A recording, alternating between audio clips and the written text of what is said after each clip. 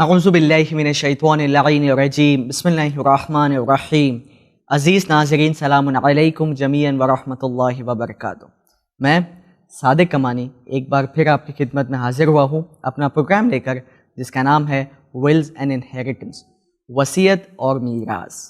تو یقیناً آپ نے پہلے ایپیسوڈ میں سنا ہوگا کہ وصیت کے کیا قوانین ہے، کیا وصیت بنانا بھی چاہیے، اگر بنانا چاہیے تو پھر کس شکل میں وصیت کو عملی جامہ پہنانا چاہیے، وصیت کی کتنی پارٹیز ہے، یہ ساری چیزوں کو آپ نے سنا ہوگا۔ تو آج کا جو میرا ٹاپک ہے، جیسے میں نے آپ سے پچھلی بار کہا تھا کہ ہم آج کنڈیشنز اور ٹیکنیکلٹیز کے اوپر ڈسکس کریں گے۔ جیسے اگرچہ وصیت میں کتنے جو پارٹیز ہے، کیا اس کے لیے کوئی کوالیفائنگ کنڈیشنز ہے، اور اگرچہ کوئی حصہ جو مولانا صاحب نے جیسے لاسٹ ایپیسوڈ میں کہا تھا کہ کچھ ایسا حصہ ہے جو خود ٹیسٹیٹر اپنے حساب سے اسے الاٹ کر سکتا ہے، تو وہ کتنے % ہے، اس کو کس طریقے سے کرنا چاہیے، ریکمینڈڈ تھنگس کیا ہے اسی کے اوپر۔ تو اسی ٹاپک کو ڈیٹیل میں ڈسکس کرنے کے لیے آج میرے ساتھ موجود ہے حجت الاسلام والمسلمین مولانا سید محمد ذکی حسن صاحب قبلہ۔ مولانا صاحب السلام علیکم ورحمۃ اللہ۔ وعلیکم السلام ورحمۃ اللہ وبرکاتہ۔ ونس اگین مولانا صاحب، میں آپ کا بہت بہت شکریہ ادا کرنا چاہتا ہوں کہ ایز آلویز آپ ہمیشہ ان چیزوں کے اوپر لبیک کہتے ہیں اور آپ ہمیشہ ہماری ہیلپ کرتے ہیں۔ خدا ہم سب کو اس خدمت کے لیے مزید توفیق عنایت فرمائے۔ جزاکم اللہ۔ تو مولانا صاحب، بنا کوئی وقت لیتے ہوئے میں آپ سے پہلا سوال کنٹینیوٹی میں ہی پوچھنا چاہوں گا جو لاسٹ ایپیسوڈ میں ہم لوگ ڈسکس کر رہے تھے کہ کچھ آپ نے کہا تھا کہ کوالیفائنگ کنڈیشنز ہوتی ہیں، چاہے وہ ایگزیکیوٹر کی ہو یا چاہے دوسری کوئی پارٹیز کی بھی ہو۔ سب سے پہلے میں ایگزیکیوٹر کے اوپر پوچھنا چاہوں گا، کیونکہ میں سمجھتا ہوں جیسے آپ نے کہا تھا کہ اس کا ایگزیکیوٹر کا رول جو عملی جامہ پہنا رہا ہے، اس کا رول بینیفیشری ورثہ سے بھی زیادہ ہے۔ تو کیا اس کے لیے خداوند متعال نے کوئی کوالیفائنگ کنڈیشنز بتائی ہے، اور اگرچہ ہے تو وہ کیا ہے؟ بسم اللہ الرحمن الرحیم۔ 3 شرطیں قرار دی گئی ہیں ایگزیکیوٹر کے لیے کہ وہ ان 3 شرطوں کے ساتھ اس ذمہ داری کو قبول کرے، جن میں سے پہلی ذمہ داری یہ ہے کہ وہ بالغ ہونا چاہیے، کم سن نہ ہو بلکہ وہ بالغ کی عمر کو کراس کر چکا ہو۔ دوسری شرط یہ ہے کہ وہ صاحب عقل ہونا چاہیے، یعنی وہ ذہنی طور پر اس کام کو انجام دینے کی ایبیلٹی رکھتا ہو۔ اور تیسری شرط یہ ہے کہ وہ اللہ کو اور اسلام کو قبول کرتا ہو۔ واہ۔ یعنی اس شرط کے ساتھ، ان 3 شرطوں کے ساتھ اس انسان کو ایگزیکیوٹر بنایا جائے گا۔ لیکن یہاں پر 2 چیزیں اور میں واضح کر دوں کہ بہتر یہ ہے کہ وصیت کرنے والا اس ایگزیکیوٹر کو زندگی ہی میں بتا دے کہ میں تمہیں ایگزیکیوٹر بنا رہا ہوں، تاکہ وہ اس ذمہ داری کے مطابق اپنے کو دیکھے۔ اگر پورا کر سکتا ہے تو ایکسیپٹ کرے، نہیں کر سکتا تو پھر ایکسیپٹ نہیں کرے، تاکہ پھر کسی اور کو ایگزیکیوٹر بنایا جا سکے خود اس وصیت کرنے والے کی طرف سے۔ لیکن اگر انسان نے اپنی زندگی میں کسی ایگزیکیوٹر کو معین کیا لیکن اسے نہیں بتایا گیا، اور اب وہ انتقال کر چکا ہے وصیت کرنے والا، تو اب بہتر تو یہی ہے کہ ایگزیکیوٹر اس کو جس کو اپوائنٹ کیا تھا اس نے اپنے طور پہ اس کو ایکسیپٹ کرے۔ لیکن اگر ایکسیپٹ نہیں کر رہا ہے کسی وجہ سے بھی، ہو سکتا ہے وہ دوسرے شہر جا چکا ہے، ہو سکتا ہے کہ اس کی بیماری کی وجہ وہ نہیں یہ کام کر پائے، تو پھر ایسے وقت میں حاکم شرع کہ جس کی ذمہ داری ہے اس معاشرے کی شریعت کے امور کو انجام دینا، اس کو یہ ذمہ دیا جائے گا، اور وہ کسی کو اپوائنٹ کریں گے تاکہ وہ اس ذمہ داری کو انجام دیتے ہوئے اس وصیت کے مطابق عمل انجام دیں۔ تو مولانا صاحب، جیسے آپ نے کہا کہ ایگزیکیوٹر کو جو ہے وہ بتا دینا چاہیے ان ایڈوانس، یعنی جب بھی جو انسان ول بنا رہا ہے تو ایگزیکیوٹر کو بتا دینا چاہیے۔ تو کیا اس میں ایگزیکیوٹر کا کنسنٹ، کہ اگر آپ نے مثلاً آپ نے کسی کو ایگزیکیوٹر بنایا یا میں نے کسی کو ایگزیکیوٹر بنایا، تو کیا ایگزیکیوٹر کا کنسنٹ لینا بھی شرعاً واجب ہے، مستحب ہے، یا اس کنڈیشنز کو آپ کس لحاظ سے دیکھتے ہیں؟ دیکھیں، اگر اس کو آپ معین کریں گے تو پھر آپ کو اپنی وصیت کے مطابق اطمینان ہے کہ عمل ہو جائے گا۔ بالکل۔ لیکن اگر ایگزیکیوٹر کو آپ نے شامل نہیں کیا تو پھر بہت سارے اوقات ایسا ہوتا ہے کہ انسان کی وصیت کے مطابق عمل نہیں ہو پاتا، لہٰذا کسی کو بہتر طریقے سے ایگزیکیوٹر بنایا جائے، قرار دیا جائے، یہ زیادہ بہتر ہے۔ بالکل مولانا صاحب، اسی پارٹیز کو آگے لے چلتے ہوئے جیسے بینیفیشری کا بھی ایک بہت بڑا رول ہے، کیونکہ جو لحاظ سے جتنے بھی ملکیت یا جو بھی مال ملنا ہے وہ تو ورثہ کو ہی ملنا ہے۔ تو کیا کوئی ورثہ بھی ایگزیکیوٹر ہو سکتا ہے؟ جی جی بالکل، وہ انسان کے جس کو خود میراث لینی ہے وہ اس کو ان میں سے کسی ایک کو ایگزیکیوٹر بنایا جا سکتا ہے، اس میں کوئی مشکل نہیں ہے۔ مولانا صاحب ہمیں یہ بھی بتائیے کہ ایک وصیت کے لیے کتنے وٹنس کا ہونا ضروری ہے؟ اسلام نے تمام امور کے لیے 2 گواہوں کی شرط رکھی ہے، شہادتین۔ البتہ یہ ذہن میں رہے کہ یہ 2 گواہ کم سے کم ہونے چاہیے، یعنی 2 سے زیادہ بھی اگر رکھ رہے ہیں تو کوئی مشکل نہیں ہے، minimum qualification is 2 witness، minimum 2 witnesses ہونے چاہیے۔ تو مولانا صاحب آپ کا بہت بہت شکریہ۔ ہمیں یہ بتائیے کہ جیسے آپ نے کہا کہ وٹنس کم سے کم 2 ہونا چاہیے، تو کیا یہ 2 مرد کا ہونا کمپلسری ہے، یا پھر اگر اس میں عورتیں بھی آتی ہے وٹنس بننے تو اس لحاظ سے منیمم کوالیفیکیشن اور کتنے وٹنس ہونا چاہیے؟ اسلام کی نگاہ میں اگر وٹنس مرد قرار پا رہے ہیں تو 2 مرد ہوں، اور اگر لیڈیز کو وٹنس بنایا جا رہا ہو تو 4 لیڈیز ہونی چاہیے۔ اور اسی طرح سے یعنی مثال کے طور کے اوپر ایک اگر مرد اور لیڈیز کو قرار دینا ہے تو پھر 2 لیڈیز اور 1 مرد کو، اس طرح سے ہمارے وٹنسز ہو سکتے ہیں۔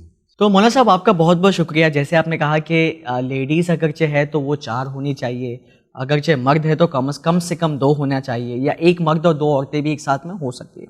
تو ہمیں بتائیے کیا وٹنس کی بھی کوئی کوالیفائنگ کنڈیشنز اسلام نے بتائی ہے؟ جی اچھا سوال ہے آپ کا۔ میں عرض کروں آپ کی خدمت میں کہ دیکھیے کنڈیشنز پر ڈیپینڈڈ ہے، کیا حالات ہیں، انہی حالات کے مطابق ان گواہوں کی شرطوں کو بھی بیان کیا گیا ہے۔ اگر نارمل کنڈیشن ہے، مثال کے طور پہ کسی قسم کا کوئی خطرہ نہیں ہے، اختلاف کا کوئی ڈسپوٹ نہیں ہے، کسی طرح کی کوئی مشکل نہیں ہے، تو ایسے عام حالات میں عام گواہ سے مراد یہ ہے کہ وہ افراد کے جن کی عدالت کو ان لوگوں کے درمیان ایکسیپٹ کیا جا رہا ہو کہ جن کو اس میراث میں کچھ ملنے والا ہے، ٹھیک ہے، وہ لوگ اس کو عادل سمجھتے ہوں، بس اتنی ہی عدالت اس کے پاس پائی جاتی ہو کافی ہے۔ لیکن اگر خاص حالات ہیں، خاص حالات میں ابھی عرض کروں گا کہ کیا کیا ہو سکتے ہیں، تو ان خاص حالات میں جو شرعی طور پر عادل قرار دیے جاتے ہیں انہیں گواہ بنانا ہوگا۔ شرعی طور پر کون عادل ہوتے ہیں؟ شرعی طور پر ان لوگوں کو عادل کہا جاتا ہے کہ جو سوسائٹی میں عادل سمجھے جائیں۔ یہ فرق ذہن میں رہے۔ بالکل، سوسائٹی میں جو لوگ عادل سمجھے جاتے ہیں، مثلا اگر وہ کورٹ میں گواہی دیں شرعی عدالت میں، تو ان کی عدالت میں ان کی بات کو قبول کیا جائے اور ان کے خلاف کسی قسم کا تصور یا ذہن میں کوئی فکر ان کے لیے نہ پائی جاتی ہو۔ اب آئیے خاص حالات کیا ہیں؟ خاص حالات 3 بیان کیے گئے ہیں، جن میں سے ایک وہ موقع ہے کہ جس میں انسان کی وصیت اورلی ہو، زبانی طور پہ جب انسان نے کچھ بیان کیا ہو کسی ایگزیکیوٹر سے، تو وہاں پر یہ 2 وٹنس عادل شرعی طور پر ہونے چاہیے، تاکہ ان کے بعد یعنی انتقال کر جانے کے بعد ان 2 لوگوں کی بنا پر وصیت کو عملی جامہ پہنایا جائے، ورنہ صرف ایگزیکیوٹر اکیلے اس کام کو نہیں انجام دے سکتا جب تک کہ یہ شرعی گواہ نہ موجود ہو، کیونکہ اس کو جواب بھی دینا ہے اگر کوئی مسئلہ آ گیا تو حاکم شرع کو، لہٰذا یہاں کے اوپر شرعی طور کے اوپر عادل ہونا چاہیے۔ اسی طرح سے دوسرا موقع، اگر باپ کو پتہ ہے یا میراث کے لیے وصیت کرنے والے کو پتہ ہے کہ میرے بعد کسی قسم کا اختلاف ہو سکتا ہے، اس اختلاف سے بچنے کے لیے، جیسے مثال کے تو میں ایک چھوٹا سا ایگزامپل دوں، ایک انسان ہے جس نے 2nd میرج کی تھی، اب وہ 2nd میرج اس نے کسی کو نہیں بتایا تھا، انتقال کے موقع پر چاہتا ہے کہ وہ وصیت میں اپنی 2nd وائف اور ان کے ذریعے سے آنے والی اولاد کو بھی میراث میں کچھ دے۔ اب ایسا موقع اختلاف کا آ جاتا ہے، اب ظاہر ہے کہ جو پہلے کی اولاد ہے وہ بعد کی وائف کے بچوں کے درمیان اختلاف کی صورت پیدا ہو سکتی ہے۔ یہ ایک ایگزامپل دیا، اس طرح کے بہت سے مورد ایسے جن میں اختلاف کا ذرا بھی اگر ڈاؤٹ ہے تو پھر عادل گواہ جو شرعی ہیں ان کو وہاں پر اپائنٹ کرنا ہو، یعنی ان سے گواہی لینی ہوگی۔ اور تیسرا موقع، جب انسان نے کئی وصیتیں کی ہوں۔ آپ نے لاسٹ ایپیسوڈ میں ایک جملہ کہا تھا کہ جو میری طرف سے نہیں تھا لیکن آپ نے اشارہ کیا تھا کہ جس میں کئی وصیتیں اگر ہو گئیں تو لاسٹ ایکسیپٹیبل ہے۔ میں نے جو بات کہی تھی کہ اگر انسان نے اپنی وصیت کو 15 سال میں لکھا اور 45 سال کی عمر آ چکی ہے تو کئی بار اسی میں چینجز لائے، آپ کی طرف سے یہ بات آئی تھی جو اچھی بات تھی جی کہ اگر انسان نے خود اپنی پوری وصیت ہی کو چینج کر دیا، ایک وصیت 15 سال کی ایج میں لکھا، ایک 45 کی ایج میں لکھا، اب یہ 2 وصیتیں ہو چکی بالکل. ہیں. تو اب یہ جو سیکنڈ وصیت ہے اس پر عمل کیا جانا ہے، یا جو 15 ایئرس کی ایج میں انسان نے فرسٹ وصیت لکھی تھی اس پر عمل کرنا ہے. کبھی کبھی یہ بھی اختلاف کا سبب بن جاتا ہے. جب بینیفیشری دیکھ رہے ہو کہ میرا فائدہ فرسٹ وصیت پہ عمل کرنے میں، تو اڑ جاتے ہیں کہ نہیں میں سیکنڈ کو ایکسیپٹ نہیں کریں گے. ہو سکتا ہے کہ سیکنڈ نہ لکھا ہو، اس انسان نے، لوگوں نے بنا دیا ہو. تو ایسے موقع پر شرعی گواہ کی ضرورت ہوتی ہے. لہٰذا بہتر دونوں صورتوں میں، پھر میں واپس آ جاؤں، ہم نے کہا کہ عام حالات اور خاص حالات. عام میں عام قسم کے گواہ بن سکتے ہیں، خاص میں خاص قسم کے، لیکن بہتر یہ ہے کہ ہر صورت میں جو شرعی گواہ ہیں ان شرعی گواہوں ہی کو قرار دیا جائے، تاکہ ہر طرح کی آنے والی کسی بھی مشکل سے انسان آرام سے باہر نکل سکے. مولانا صاحب بہت بہت شکریہ کہ آپ نے ڈیٹیل میں اس چیز کی وضاحت کی اور ہمیں کافی اچھے سے سمجھایا کہ ایک وٹنس کا بھی کتنا امپورٹنٹ رول ہے اور کیا کیا کوالیفائنگ کنڈیشنز ہو سکتی ہیں. تو ہمیں بتائیے، جیسے مولانا صاحب آپ نے کہا تھا پچھلے ایپیسوڈ میں کہ انسان کے پاس ڈسکریشن ہوتا ہے جو اپنی خود من مرضی کے مطابق جتنا چاہے اسے دے سکتا ہے. کچھ ایک اسپیسیفک آپ نے کہا تھا. ہمیں بتائیے کہ کیا پوری وصیت، کیونکہ اب ملکیت بھی، اگر مان لو میں ٹیسٹیٹر ہوں تو ملکیت بھی میری، مال اور جائیداد جتنا بھی ہے سب کچھ میرا، مجھے کسی کو دینا ہے، تو کیا شرعاً کوئی قانون اس میں بتایا گیا ہے کہ کوئی ٹیسٹیٹر کے پاس کوئی اتنا ڈسکریشن ہے کہ وہ کچھ پرسنٹیج چاہے جدھر چاہے وہ دے سکتا ہے، یا پھر اسٹینڈرڈ آپریٹنگ پروسیجر کے مطابق ہی وصیت کو بنانی چاہیے؟ پہلی بات تو میں یہ واضح کر دوں کہ ٹیسٹیٹر جو اس دنیا سے جا رہا ہے، اس انسان کا اختیار آنکھیں بند ہونے کے بعد ختم ہو جاتا ہے. بالکل. اب اس کا چھوڑا ہوا مال، اس کی چھوڑی ہوئی پراپرٹی اسی طرح سے ڈیوائیڈ کی جائے گی، ڈسٹریبیوٹ کی جائے گی کہ جس طرح سے بیان کیا گیا ہے اور حکم دیا گیا ہے. ٹھیک. اب یہاں کے اوپر اب انسان کا ایک اختیار ہے، وہ یہ چاہے کہ اپنے مال کو اپنی من مرضی کے مطابق خرچ کرے، لہٰذا وہ وصیت تیار کرے. اور اسی لیے ہمارے ذہنوں میں جو وصیت کا کانسیپٹ ہے، وہ یہی وصیت کا کانسیپٹ ہے کہ کس بیٹے کو کتنا دینا ہے، کس بیٹی کو کتنا دینا ہے. یہ وصیت نہیں ہے. یہ تو اسلام نے پہلے سے بیان ہی کر دیا ہے کہ بیٹے کو کتنا ملنا ہے، بیٹی کو کتنا ملنا ہے، وائف کو کتنا ملنا ہے، ریلیٹیوز کو کتنا ملنا ہے. یہ تو معین ہے.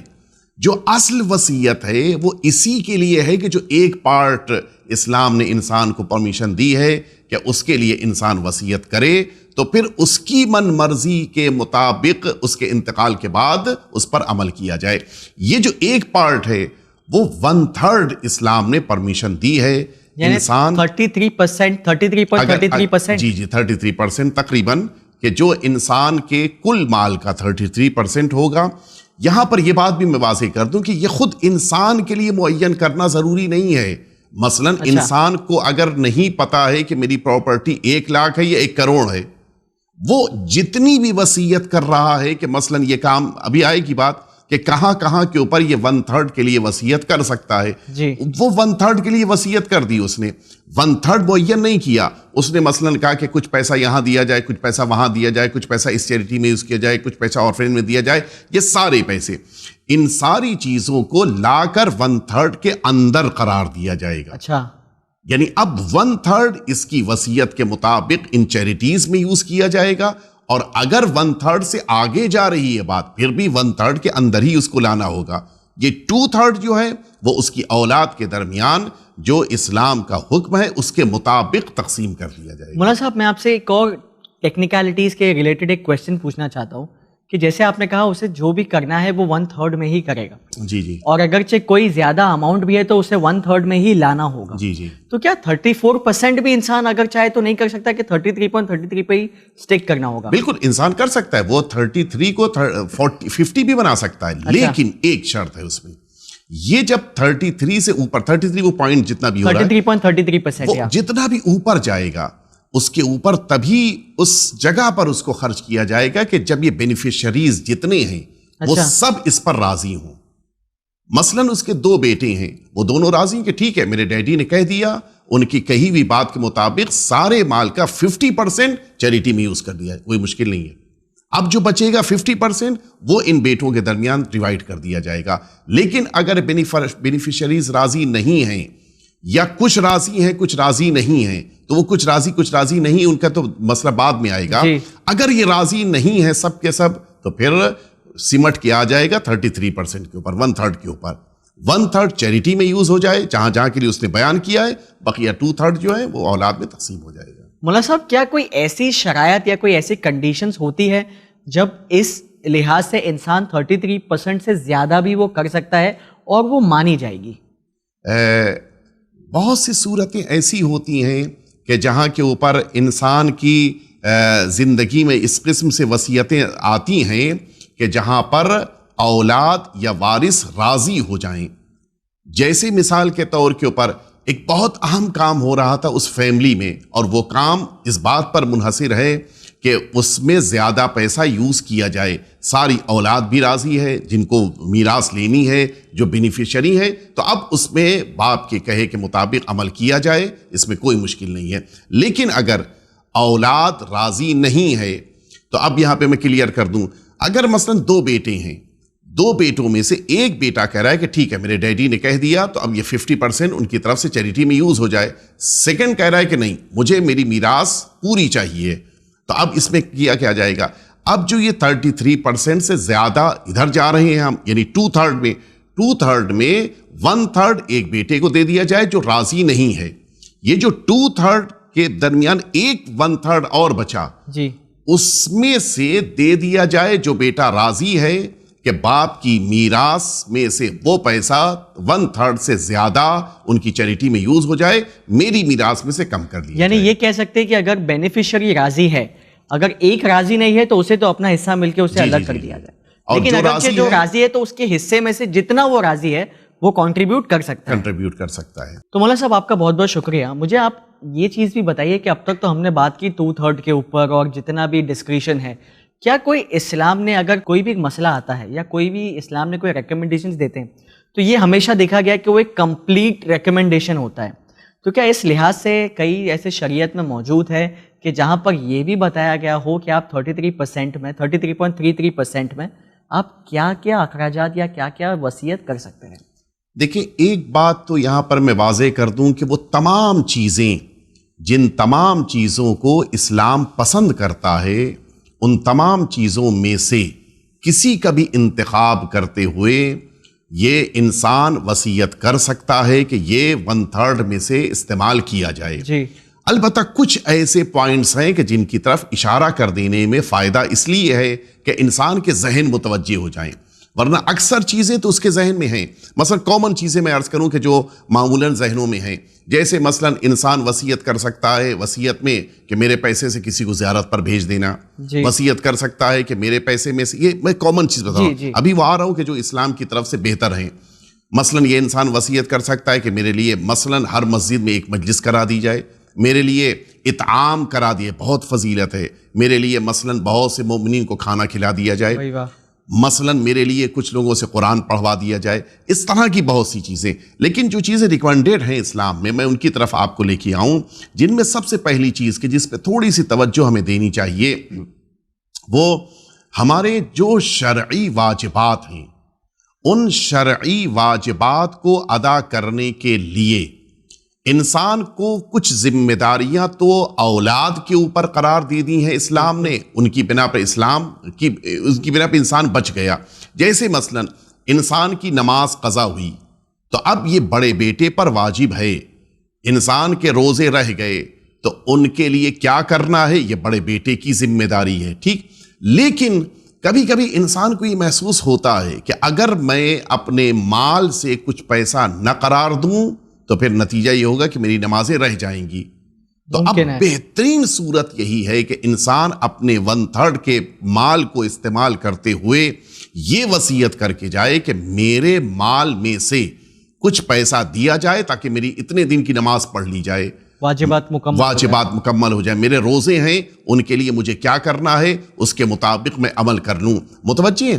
یہ انسان کی پہلی ذمہ داری کہ جو نمازیں انسان کی واجب ہیں، روزے واجب رہ گئے ہیں، کفارہ دینا تھا، اس سے متعلق انسان متوجہ ہو جائے کہ وہ کفارہ کس طرح سے ادا کیا جائے اس کے لیے 1/3 سے وہ وصیت کرے. یہ توجہ رہے کفارے کو ادا کرنا بڑی اولاد پر واجب نہیں ہے. جی نماز روزہ بڑی اولاد پر واجب ہے. لہٰذا مجھے تو اپنے کو قبر کے عذاب سے بچانا ہے, لہٰذا مجھے اپنی وصیت میں اس کو انکلوڈ کرنا سب سے پہلے مرحلے میں. دوسرے مرحلے میں انسان کا فیونرل اس موقع کے اوپر اس کو اختیار ہے. وہ یہ کہہ سکتا ہے کہ مثلاً فلاں قبرستان میں مجھے دفن کیا جائے. بہت سے لوگ ایسے ہیں جو وصیت کرتے ہیں کہ مجھے سرزمین کربلا لے جا کے دفن کیا جائے. یا انسان بہت سے ہیں جو اپنے شہر میں وطن میں اپنے جا کے دفن ہونا چاہتے ہیں, یا حتیٰ کسی خاص پرٹیکولر قبرستان میں دفن ہونا چاہتے ہیں. اگر انہوں نے وصیت کی ہے اور ان کے 1/3 پیسے کے اندر اتنا اماؤنٹ ہے تو پھر ان کو اس پیسے کے خرچ کے ذریعے سے لے جایا جا سکتا ہے, ان کو وہاں دفن کیا جائے گا. اسی طرح سے پرٹیکولر عالم کے لیے وصیت کر سکتے ہیں کہ فلاں عالم دین میری نماز میت پڑھائے, فلاں عالم دین مثلا میری مجلس پڑھے. یا یہ بھی وصیت, البتہ اس کا جو خرچہ ہے وہ سب 1/3 میں سے لیا جائے. جی جی. یا یہ بھی وصیت کر سکتے ہیں کہ میرے انتقال کے بعد نماز وحشت قبر جو پڑھی جائے گی, چونکہ یہ بھی ہمارے میں بڑی تاکید ہے, بالکل اس کے لیے بھی رقم معین کر سکتا ہے انسان کہ میری طرف سے 40 مؤمنین سے نماز وحشت قبر پڑھوائی جائے. یہ اس کے ہی مال سے پیسہ, چونکہ وصیت ہے لہٰذا لیا جائے گا. اسی طرح سے انسان نیاز کے لیے بھی حکم دے سکتا ہے, یا حتیٰ جو قبرستان آ رہے مؤمنین ان کے کھانے کے لیے بھی, اطعام کے لیے بھی وصیت کر سکتا ہے.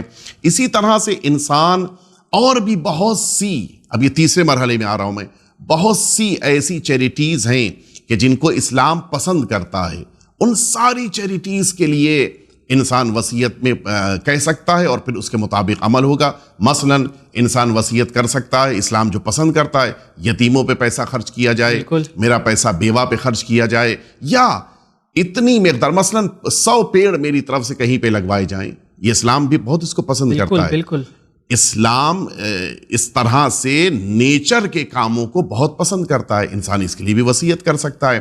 یا جس طرح سے انسان یہ وصیت کر سکتا ہے کہ مسجد میں مثلا دیوار بننی ہے, اس میں میرا پیسہ لگا دیا جائے, وہاں پنکھے لگنے ہیں, اس میں میرا پیسہ لگا دیا جائے, مسجد میں افطار کا پروگرام ہوتا ہے, اس میں میرا پیسہ لگا دیا جائے. یا جیسے مثال کے طور کے اوپر کوئی مذہبی کتاب چھپنی ہے, ریلیجس بک ہے, میرا پیسہ اس میں یوز کر دیا جائے.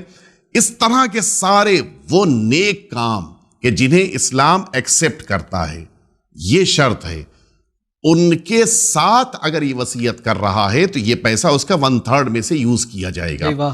اسی طرح سے 2 اور پوائنٹ ہیں کہ جو بڑے قابل غور ہیں اور جن پر ہمیں توجہ دینی چاہیے.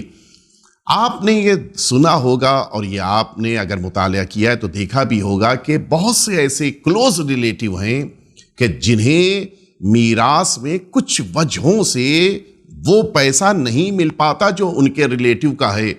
مثلا بہت کلوز ریلیٹیو ہے, جیسے مثال کے طور پہ ایک انسان ہے جس کا بیٹا دنیا سے رخصت ہو گیا اور اس بیٹے سے کے بعد بیٹے کے والد دنیا سے جا رہے ہیں, پوتے ہو گئے, پوتا. تو اب یہ پوتا اپنے دادا سے میراث نہیں لے پائے گا, اس کی اپنی وجہ ہے, وہ اپنے موقع پہ کبھی بیان کی جائیں گی. یہ دادا اب دیکھ رہا ہے کہ میرا بیٹا چونکہ پہلے دنیا سے جا چکا ہے اور یہ میرے پوتے یتیم ہیں, ان کو میراث نہیں مل پا رہی ہے. اب یہ وصیت کر سکتا ہے کہ میرے پیسے میں سے ان پوتوں کو اتنی مقدار میں رقم دی جائے. یہ بہت امپورٹنٹ ہوتا ہے, بالکل. لہٰذا اس پر بھی غور کرنا چاہیے اور پورا اختیار ہے. اگر مثلا اس کے 3 بیٹے تھے, ایک بیٹے کی ڈیتھ ہو گئی اور اب وہ دنیا سے جا رہا ہے 2 بیٹے چھوڑ کر, اور جس بیٹے کی ڈیتھ ہوئی اس کے بھی بچے موجود ہیں, تو یہ اپنے مال کا 3 پارٹ جب کر رہا ہے تو 1/3 اپنے پوتے کو دے رہا ہے, ایک 1/3 دوسرے زندہ بیٹے کو, دوسرا 1/3 دوسرے زندہ بیٹے کو مل جائے گا. بالکل برابر ہو گیا. بالکل سچ بات. یہ بھی انسان وصیت کر سکتا ہے اور کرنا بھی چاہیے کہ اگر کوئی ایسا کلوز ریلیٹیو ہے کہ جس کو حق نہیں مل پا رہا ہو, اس کو بھی انسان اس میں شامل کرے. اسی طرح سے گھر میں خدمت کرنے والے نارملی ان کو اگنور کر دیا جاتا ہے. ایک انسان ہے کہ جس انسان کے پیدا ہونے کے بعد سے لے کے 50 سال کی عمر تک کسی نے خدمت کی ہے, انسان کبھی میراث میں اس کو کچھ نہیں دیتا. چاہے تو مرنے والا اس کے لیے وصیت کر سکتا, کچھ نہ صحیح 2000-4000 روپے تو دیے جا سکتے ہیں, میری میراث میں سے ان کو بھی دیا جائے. اسی طرح سے یہ جو ایگزیکیوٹر جس کا ذکر میں نے کیا, کہیں بھی اس کے لیے کوئی رقم معین نہیں کی گئی ہے. جی اگر انسان چاہتا ہے کہ ایگزیکیوٹر بھی بڑی محنت کر رہا ہے, آپ نے بھی اس دن کہا تھا اور آج بھی یہ بات کہی کہ سب سے زیادہ محنت یہی بیچارہ کر رہا ہے, تو اس کو بھی کچھ نہ کچھ اس کی زحمت کی بنا پر دیا جائے. یہ جو پیسہ ہے کہاں سے نکالا جائے گا؟ 1/3 میں سے, اگر وصیت کی ہے تو. اسی طرح سے اگر کوئی انسان اپنے قریبی کسی دوست کو کسی بھی وجہ سے کچھ پیسہ دینا چاہتا ہے, یا کسی ریلیٹیو کو پیسہ دینا چاہتا ہے, مثلا جانتا ہے کہ میرا دور کا رشتہ دار ہے, غریب ہے, اس کو بھی میں پیسہ دینا چاہتا ہوں, یا کسی بھی وجہ سے پسند کرتا ہے لہٰذا دینا چاہتا ہے. بہت سے لوگ ہوتے ہیں, بزرگ ہوتے ہیں, جو کسی بچے کو پسند کریں اس کو دینا چاہے دے سکتا ہے. یہ سب 1/3 میں سے آئے گا. یہ ایک پوائنٹ. اور اس کے بعد لاسٹ پوائنٹ, انسان کبھی کبھی جانتا ہے کہ میں دنیا سے جا رہا ہوں, میرے 2 بیٹے ہیں, لیکن ان 2 بیٹوں میں دونوں اکنومیکلی اکول نہیں ہیں. ایک بیٹا بہت اچھا ہے, بہت مثلا مضبوط ہے اپنے ہر اعتبار سے, دوسرا تھوڑا سا کمزور ہو گیا ہے. اب نتیجہ یہ ہے کہ اس کو اگر کل کو اپنے بچے کو کالج بھیجنا ہے, کل کو اپنے بچوں کی شادی کرنی ہے, اس کے پاس پیسہ نہیں ہوگا. اب یہ بزرگ کی ذمہ داری ہے کہ اگر چاہے تو اپنے ایک بیٹے کو میراث میں زیادہ حق دے دے, زیادہ پیسہ دے دے. اس کا یہی طریقہ ہے, اس کو وصیت کر کے جانا ہوگا, اور یہ وصیت 1/3 کے مطابق ہونی چاہیے. اگر وصیت نہیں کی ہے تو پھر ان دونوں بیٹوں کو اکولی پیسہ مل جائے گا. ایکسٹرا پیسہ اگر دینا ہے تو پھر اس کو وصیت میں اس کو انکلوڈ کرنا ہوگا. تو یہ کچھ موارد ہیں کہ جو ہمارے وصیت میں 1/3 کے لیے بیان کیے گئے. البتہ اس کے علاوہ اور بھی جتنی چیریٹیز ہیں ان سب کو اس میں شامل کرتا جائے, اور ان کے ذریعے سے پھر اپنی وصیت کو یہ مکمل کر سکتے. تو مولانا صاحب آپ کا بہت بہت شکریہ کہ آپ نے ڈیٹیل وضاحت دی. کیا ہم لوگ اوور آل یہ سمجھ سکتے ہیں کہ جتنے بھی کام خداوند متعال کو پسند ہے, یا اسلام میں اسے مستحب قرار دیا گیا ہے یا جائز قرار دیا گیا ہے, وہاں کہیں بھی یہ 1/3 کو ایلوکیٹ کیا جا سکتا ہے؟ جی بالکل بالکل. چاہے وہ فیونرل ایکسپینسز ہو, چاہے وہ ریلیجیس اوبلیگیشنز جو نماز روزے ہے اس کے لیے ہو, چاہے وہ چیریٹیز ہو, چاہے وہ کوئی ایسے ریلیٹیوز کو دے دو جس کا حق نہیں بنتا, یا چاہے وہ ایسے ریلیٹیوز کو بھی دے دو جس کا حق بنتا ہے. تو یہ ساری چیزوں کو آپ نے بہت اچھے سے ڈیٹیل میں وضاحت کی. مولانا صاحب اسی کے ریلیٹڈ ایک سوال آپ سے یہ پوچھنا چاہتا ہوں کہ کیا کوئی ایسی سچویشن آتی ہے انسان کی زندگی میں کہ جو اس نے ول کیا ہے اس کے مرنے کے بعد یا اس کے زندگی میں وہ ول انویلڈ قرار دی جاتی ہے یا حرام قرار دی جاتی ہے؟ جی بالکل. اگر انسان نے اپنی زندگی میں کوئی ایسی وصیت کر دی کہ جس کو اسلام قبول نہیں کرتا, اسلام جسے حرام سمجھتا ہے, اچھا, اگر ایسی کوئی وصیت اس نے کر دی ہے تو اس پر یقیناً عمل نہیں کیا جائے گا. اور یہ بھی اسلام کا ایک کرم ہے, احسان ہے, اس لیے کہ اگر خدا نخواستہ اس پر عمل کیا جاتا تو پھر اس قبر میں اسے مستقل عذاب ہوتا. اللہ اکبر. لہٰذا اسلام نے اس انسان کو قبر کے عذاب سے بچانے کے لیے اس کی وہ وصیت کہ جو اسلام کی نگاہ میں جائز نہیں تھی اس پر عمل کرنے کی اجازت دی. میں ایک ایگزامپل دوں. مثلا خدا نخواستہ کسی انسان نے وصیت میں یہ بات کہی کہ میرے بعد ایک شراب خانہ کھول دیا جائے معاذ اللہ. اسلام نے بالکل اجازت نہیں دی. کیوں؟ ایک تو یہ کہ حرام کام ہے, دوسرے یہ کہ خود قبر میں مستقل عذاب میں رہے گا. تو یہ بھی اللہ کا ایک کرم ہے کہ اس موقع پر انسان کو عذاب سے بچاتے ہوئے حرام کام کی جو وصیت ہے اس پر عمل نہ کرنے کا شریعت نے حکم دیا ہے. تو مولانا صاحب ہمیں یہ بتائیے کہ کیا کوئی ایسی سچویشن بھی ہوتی ہے جہاں پر بنائی ہوئی وصیت کو انویلڈ قرار دیا جاتا ہے یا اسے عملی جامہ نہیں پہنانا چاہیے؟ نہیں, وہ جتنے پرسنٹ حرام کی بات کہی ہے اتنے پرسنٹ اس پر عمل نہیں کیا جائے گا. اچھا, بقیہ جو ہے وہ ریلیجس کے جو حلال کے طریقے, جو حلال جگہوں کے اوپر یوز ہے وہ ساری جگہوں کے اوپر یوز ہوگا اس کی وصیت. سبحان اللہ. مولانا صاحب آپ کا میں بہت بہت شکریہ ادا کرنا چاہتا ہوں کہ آپ نے ڈیٹیل میں ایک ایک سوال کا جواب بڑی سنجیدگی سے, بڑی ڈیٹیل میں آپ نے ہمیں کلیریفیکیشن دیا.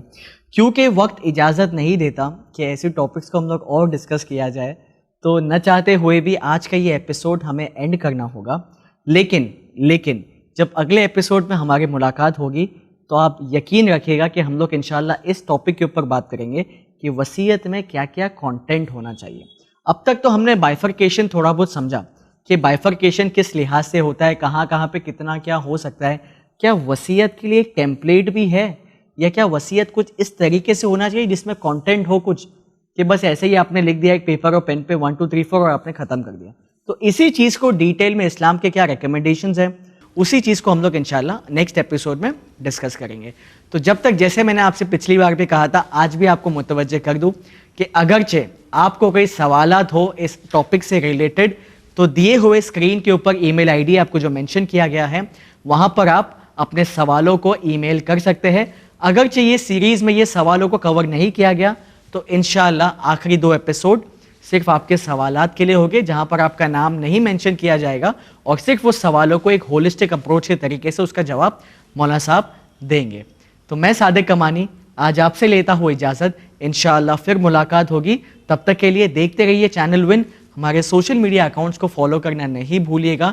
پیغام انسانیت کو ہر جگہ پر پھیلائیے, ان سارے ایپیسوڈز کو ہر جگہ پر فارورڈ کیجیے, کیونکہ اگر اس سے کسی کا بھلا ہوتا ہے, آخرت کسی کی بنتی ہے, تو آپ کی اس میں پارٹنرشپ ہوگی. تو السلام علیکم جمیعاً ورحمۃ اللہ وبرکاتہ.